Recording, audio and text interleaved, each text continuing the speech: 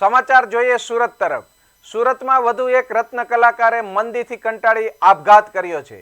હીરા મંદીના ભરડા વચ્ચે રત્ન કલાકારના આપઘાતનો બનાવો યથાવત જોવા મળી રહ્યા છે। કામરેજના દેરોદ ગામે 45 વર્ષીય રત્ન કલાકારે ઝેર પી આપઘાત કર્યો છે। હીરાના ધંધામાં આવેલ મંદીથી રત્ન કલાકારોના માળા વિખેરાઈ રહ્યા છે। બેરોજગાર રત્ન કલાકારો માટે સરકાર દ્વારા આર્થિક અને શૈક્ષણિક મદદ માટે જાહેરાત પણ કરાઈ છે।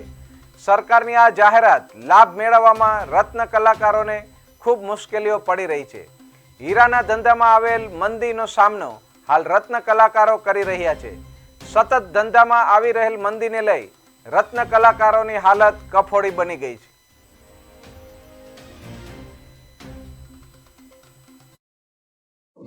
રત્ન કલાકારે સુસાઇડ કર્યું છે અને આની સાથે છેલ્લા 18 મહિનામાં 75 કરતા વધારે રત્ન કલાકારોએ આત્મહત્યા કરી છે। કપિલ નિમાવત નામના રત્ન કલાકાર જેની ઉંમર 45 વર્ષ છે, 5 વર્ષનો છોકરો છે અને 9 વર્ષની છોકરી છે। તો આ બાળકોનું કોણ? સરકારને વારંવાર રજૂઆત કરી છે કે રત્ન કલાકાર જે આત્મહત્યા કરે છે એના પરિવારને મદદ કરવામાં આવે।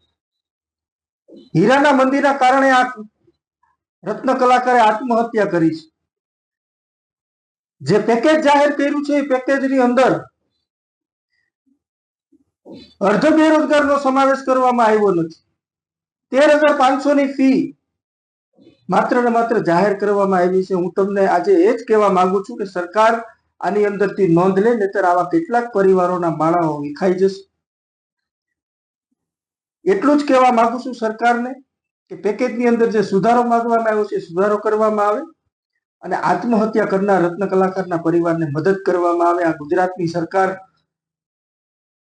જો દારૂ પીતા હોય, લઠ્ઠાકાંડની અંદર મરી જનાર વ્યક્તિને જો 4 લાખ રૂપિયાની સહાય કરતી હોય તો જેને સુરતને બનાવ્યું છે ડાયમંડ સિટીમાં, ડાયમંડ સિટીનું નામ જેને વિશ્વની અંદર વિખ્યાત કર્યું છે, રત્ન કલાકારના પરિવારને કેમ મદદ કરવા માટે આગળ નથી આવતી? સૌથી મોટો પ્રશ્ન છે।